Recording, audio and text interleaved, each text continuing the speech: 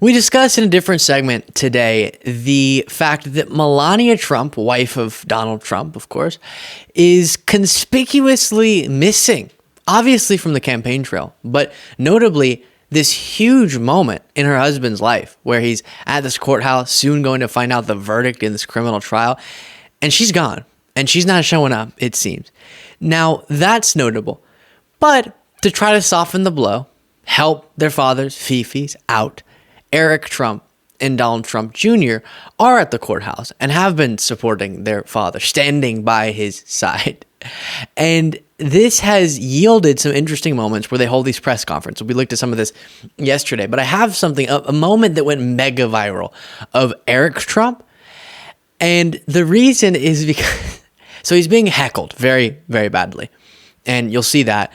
But then he says something, and I'm more tickled, for lack of a better term, by the online discussion about this than the moment itself. But the moment itself is interesting. But first, just to give you a sense of the sights and the sounds of these outside of court press conferences, here is someone shouting at Eric Trump.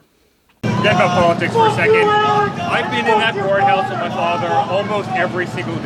So y'all know I think few people think as horribly of Donald Trump as me, but I don't support vulgarity. I don't support stooping low like that, but still an interesting clip.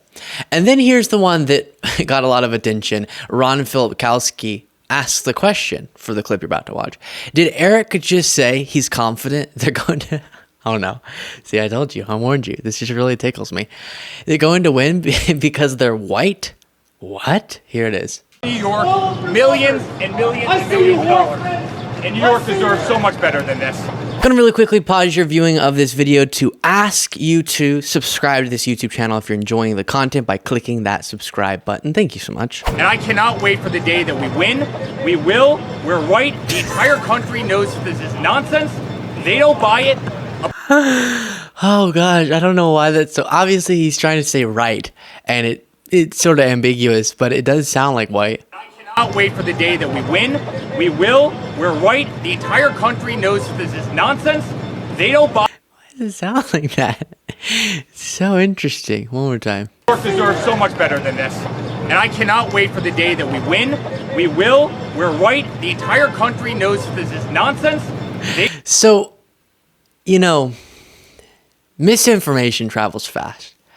And because it does sound like he's saying white, I just saw so many people on social media, Twitter in particular, or X, just having these discussions about how Eric Trump said they're going to win because they're white. And it's just quite the slip up. And I think part of the reason why it makes me laugh so much is because this faux outrage, this posturing that we're seeing from Eric Trump. Don Jr., and I'll show you a clip of him in just a second here as well. He kind of is all over the place and seems sort of hopped up sometimes and is also this cartoonish figure.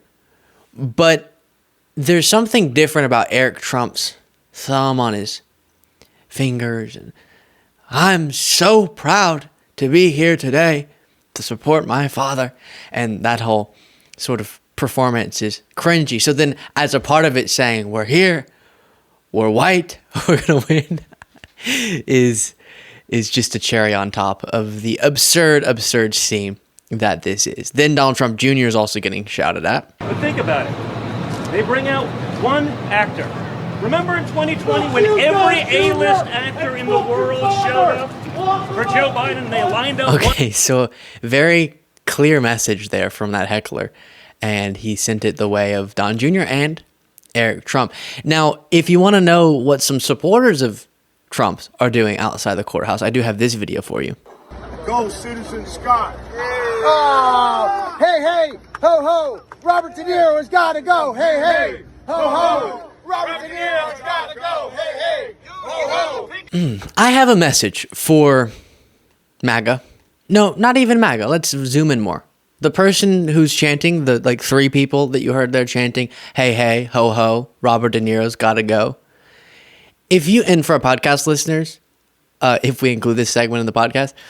The painting that's being revealed, or the image, is this paint or whatever? Some sort of imagery is being revealed by a MAGA artist. And it's a portrait of Trump, ripped Trump, because we know he's definitely built like this. And his suit just abstracts it. But if you took off the suit, it looks like this. And they're in a boxing arena, and he's knocked out Robert De Niro. That's the picture being portrayed here. And if you find yourself outside of the criminal trial of the presumptive nominee of, let's say this, of a candidate that you support, chanting about the downfall of an actor, and staring at a photo of a shirtless candidate who's in that court, something's gone wrong. Okay, if that's where you find yourself, something has gone wrong, I guess is my point, in the journey that has been your life. So to the hey ho ho Robert De Niro gotta go people, that would be my message. Now, on the claims from Trump that we've heard about somehow something wrong has been done to him because he isn't being able to refute, as we talked about in a different segment, the prosecution's closing statements, and just a lot of misinformation coming out of Trump recently. Here is a Fox News report actually having to shut down the Trump nonsense. Hey, Eric, before you go, I think it was on Truth Social in the last 24 hours, the former president seems upset that his lawyer, when it comes to closing arguments, his lawyer has to go first, and then the prosecution goes second. Doesn't the state always go last? That's what he's upset about. Yeah, that's New York law. Different states are different. He gave that posting, and that's not the case. Under the law, the defense goes first, then the prosecution goes. He's also claiming that the election expert Brad Smith was not allowed to testify. That is not true. Smith's testimony was restricted by the judge, but it was Trump's defense attorneys, Trump's own side, decided not to call Smith, the president claiming something that is, again, false. Okay. Thank you. Thanks, 34 different counts. And if he is acquitted on all accounts, that would be good for Donald Trump, good for the Republican Party. There could also be, as he mentioned, a hung jury. And the difference in those two is a hung jury, all it takes is one juror to say, I can't make up my mind. Right. I don't know if he's innocent or guilty. And then that could lead to a retrial. The prosecution could take this back. Angela, you say good for the Republican Party. I think also good for the country as well. People will be able to choose their candidate with no interferences from a judge.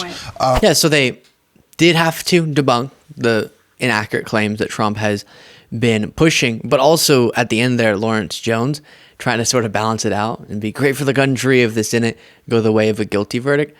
No, if the jury believes beyond a reasonable doubt, based on the evidence they were presented and their deliberations, that Trump's guilty, not for the sake of the country, he should be innocent, then find him guilty.